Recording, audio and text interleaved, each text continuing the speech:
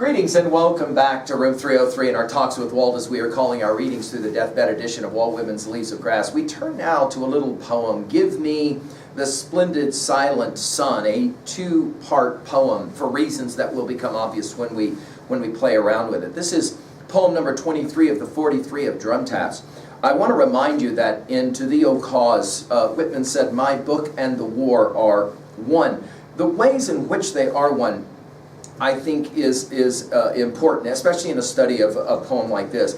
Now, I gestured towards this quote a few times in earlier lectures, and I want to now come back to it, the full quote. Whitman once said it this way: "I have no patience with people who start out to blacken the face of the earth. Whether it is constitutional or what, not with me. I stand for the sunny point of view, stand for the joyful conclusions. This is not because I merely guess, it's because my faith seems to belong to the nature of things, is imposed, cannot be escaped, can better account for life and what goes with life than the opposite theory."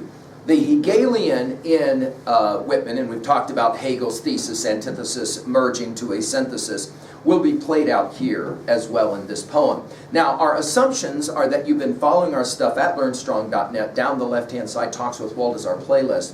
And everything from inscriptions up to and including the introductory set of comments, the drum taps, and then we just finished with Long Too Long America. Now, our Nortons will give us some background information here. This poem was steadily reprinted without change until Leaves of Grass 1881, when the penultimate line was relieved of its final phrase with, quote, "with varied chorus and light of the sparkling eyes," end quote. The poem is artful in its initial reiteration, the rhythmic balance and tonality of its lines, the antiphonal contrast of its two stanzas. We'll obviously get into that one, the Hegelian reading of the poem. The graphic precision of each visual image and the effect of free association among them, inducing as a whole the recognition of contrast between the serene delights of nature and the turbulence of war-excited city streets. In a fragment, the comment was made, quote, "Give me something savage and luxuriant. Give me large, full-voiced men," and this will suggest the theme. By the way, he does use the French word trottoir, which is sidewalks, when we come to this one. Now, I want to take us back to a contrast we've commented on. Whitman is always playing this game between the urbane and the rural, and we're going to hear that one as well. And we're going to be back to the Song of the Banner at Daybreak, where we're going to have this dialectic, can we call it that Platonic idea as well as Hegelian idea of dialectic, that tension between war and peace. Now, he loves this "give me" phrase, and we're going to see it 27 times in this poem, so let's play the game. And because the poem is a bit longer, I'll go ahead and work through instead of reading it all in its entirety.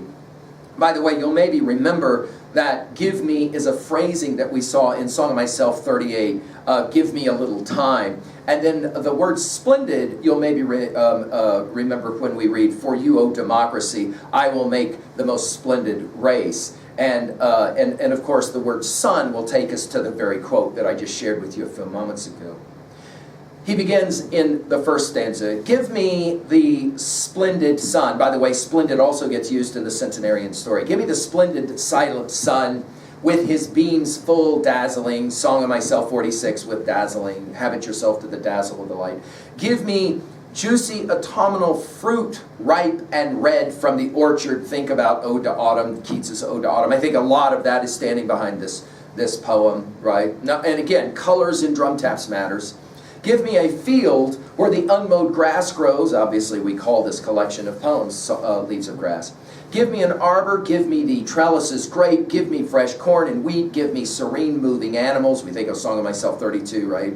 "Teaching content," taking us back to Wound Dresser, part 2, passage 2 with content, and how we go back and look at how he uses that word. "Give me nights, perfectly quiet, as on high plateaus west of the Mississippi, and I looking up at the stars," obviously a reference to learned astronomer.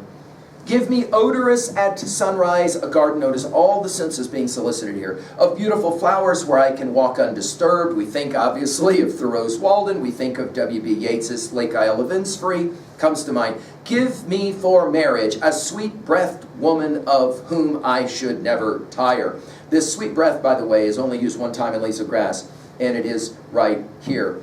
Give me a perfect child. Go back to Song of Myself 1 and notice how he uses the word perfect. Give me a way aside from the noise of the world, a rural domestic life. Wordsworth's Tintern Abbey obviously comes to mind, the den of towns and cities and all of that he talks about. Give me to warble, it's a fun word, spontaneous songs, recluse by myself, for my own ears only. In other words, I long for the ability to just be by myself, left alone. Give me, there it is, solitude. Now I'm going to end this lecture with Ode to Solitude, Pope's classic from 1735, because I think there is some of that going on here. Give me nature capitalized. Give me again, oh, nature. Think about Emerson's essay, of course, of 1836, Nature. We've given lectures on it at learnstrong.net. Primal sanities. And, you know, you could make the argument that the war, if anything, showed people what insanity looks like. And so he says, I just want to go back. This is the back to nature. This is back to the woods. This is pure Thoreau. All of that. And then he finishes part one by saying, these demanding to have them, tired with ceaseless excitement and racked by the war strife. This word racked will come back again when we study Prayer of Columbus. These to procure incessantly, and again, this is an idea constantly spoken of in drum taps. There's never any rest, right? Asking, rising in cries from my heart. Of course, this is the theodicy that I've commented on all the way through our lectures. While yet incessantly asking still, I adhere to my city. So after all of those things that he just said about the country and living the rural life, he says, I gotta say something about my city. Day upon day and year upon year, oh city, obviously New York, walking your streets where you hold me enchained a certain time. I told you guys about hugging and clasping and grappling, holding here, refusing to give me up, yet giving to make me glutted, enriched of soul, you give me forever faces. And I think this is central to Whitman's love of the city, is that he loves the faces. He loves all the people, and we'll get to it in the second one. And then in parenthetics, oh, I see what I sought to escape, confronting, reversing my cries, and that's the key word of the whole poem is reversing. I see my own soul trampling down what it asks for. It's interesting, this use of the word trampling makes us think of Song of the Open Road. And then he begins, somewhat ironically, in passage 2, to go back against the very thing that he just said. Keep your splendid silent sun. Keep your woods, O nature, and the quiet places by the woods. Keep your fields of clover and timothy, obviously names of grasses, and your cornfields and orchards. Keep the blossoming buckwheat fields where the ninth month bees hum. And again, we think about that line, and Keats's Ode to Autumn comes immediately to mind. Give me faces and streets. Give me these phantoms. We've seen this phantom several times already. These ghosts that will arise, right, and out of the Broadway poem or wherever. Incessant and endless along the trottoirs. Again, he uses the French word for sidewalks. Obviously, he's using the French phrase here to elicit a certain kind of, urbaneness, right? Give me interminable eyes, give me women, give me comrades and lovers by the thousand. Again, I told you guys, he loves to use these large numbers. Let me see new ones every day. And takes us back to Song of Myself 48 and the letters that he finds dropped in the street from God. Let me hold new ones by the hand every day. And I told you guys, the very final lines of Milton's Paradise Lost and this holding of hands is central, I think, to the idea of unity for Whitman. Give me such shows. And of course the word shows can be used in so many different ways. Obviously we think of the great shows of New York and Broadway. Give me the streets of Manhattan. Give me Broadway with the soldiers marching. And now for the first time, war will be referenced here. Give me the sound of the trumpets and drums. And obviously drum taps is a part of how we think about this line. And then in parenthetics, The soldiers in companies or regiments, some starting away, flushed and reckless, takes us back to beat drums. Some, their time up, it's an interesting phrase, returning with thinned ranks, we know why. Young, yet very old. It's a compelling line. War ages everyone. We know those pictures of Lincoln and how he aged through the war. Worn, marching, noticing nothing is a compelling line. It is the early indications of the PTSD that will be a part of how we read drum taps for sure. Give me the shores and wharves heavy fringed with black ships. We've heard this reference of black ships. Oh, such for me.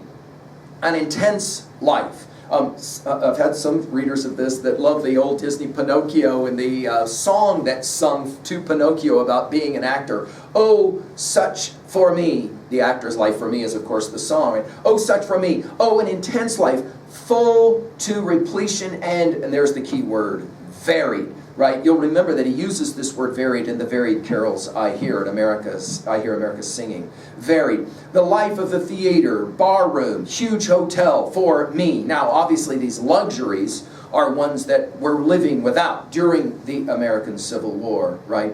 The saloon of the steamer, the crowded excursion for me, the torchlight procession, the dense brigade bound for the war, and all of a sudden we're back to it again with high-piled military wagons following. Of course, these military wagons, many of them will contain cannons that will be destroying human life, that obviously is considered so tragic in drum taps. People, endless, we're back to incessantly. Streaming with strong voices, we're back to I hear America singing. Passions, pageants, Manhattan streets with their powerful throbs, we've heard this word used, with beating drums, obviously drum taps as now, the immediacy of the poem. The endless and noisy chorus, obviously such an important phrase or word in Leaves of Grass. The rustle and clank of muskets, and then in parenthetics, even the sight of the wounded. Again, the willingness to accept that all that tragedy that he's been describing, he says, I'm willing to take it. I'm willing to take it. Manhattan crowds with their turbulent musical chorus. Obviously, the word turbulent is an important one. Manhattan faces and eyes forever for me. And, you know, I mean, is this the birth of the great song, New York, New York? If I can make it there, I can make it anywhere. Probably. I mean, I think Whitman is the great poet of New York and Manhattan. And a poem like this will bring, obviously, that very clear. To finish a poem like this, though, at 2A with messages, I think that what he's really arguing is that there is value in both the rural as well as the urban life. It's just that he prefers the dynamism of the urban life, obviously, to be, notice the repetition again, give me, over and over again, and the number of exclamation points. I didn't mention it, but there's 14 of them in this poem. The language of excitement or exuberance. At 3A, I mentioned Pope's Ode to Solitude, and I think in some ways this poem is standing behind the poem we just read, Ode to Solitude. Alexander Pope said, happy the man whose wish and care a few paternal acres bound, content to breathe his native air in his own ground, whose herds with milk, whose fields with bread, whose flocks supply him with attire, whose trees in summer yield him shade in winter fire. Blessed who can unconcernedly find hours, days, and years slide soft away, in health of body, peace of mind, quiet by day, sound sleep by night, study and ease together mixed, sweet recreation and innocence, which most does please with meditation. Thus let me live unseen, unknown, thus unlamented let me die, steal from the world and not a stone tell where I lie. I think along with, of course, Thoreau's Walden, Emerson's Nature, and Yeats's Lake Isle of Innisfree, all of those I've lectured at learnstrong.net, I think we can have a lot of comparisons. What is for you the great tribute songs, I mean, to cities especially? Obviously, Carl Sandburg's Chicago comes to mind, but what is it for you? What are the great songs? I mentioned New York, New York. Maybe for you it's, Empire State of Mind. Maybe it's for you the great Tupac song that celebrates L.A. and the surrounding areas of L.A. What do you think? And then finally, at 3B, to own a poem like this, which do you prefer, do you think? Is it for you the rural or is it the urban? And can you be okay if you're from a place like where we live, the very rural? Are you okay with appreciating the urban? And why is it that those two groups of folks often misunderstand each other so much. I think it's probably sits at the heart of some of the issues of the Civil War, Whitman would argue. Thank you.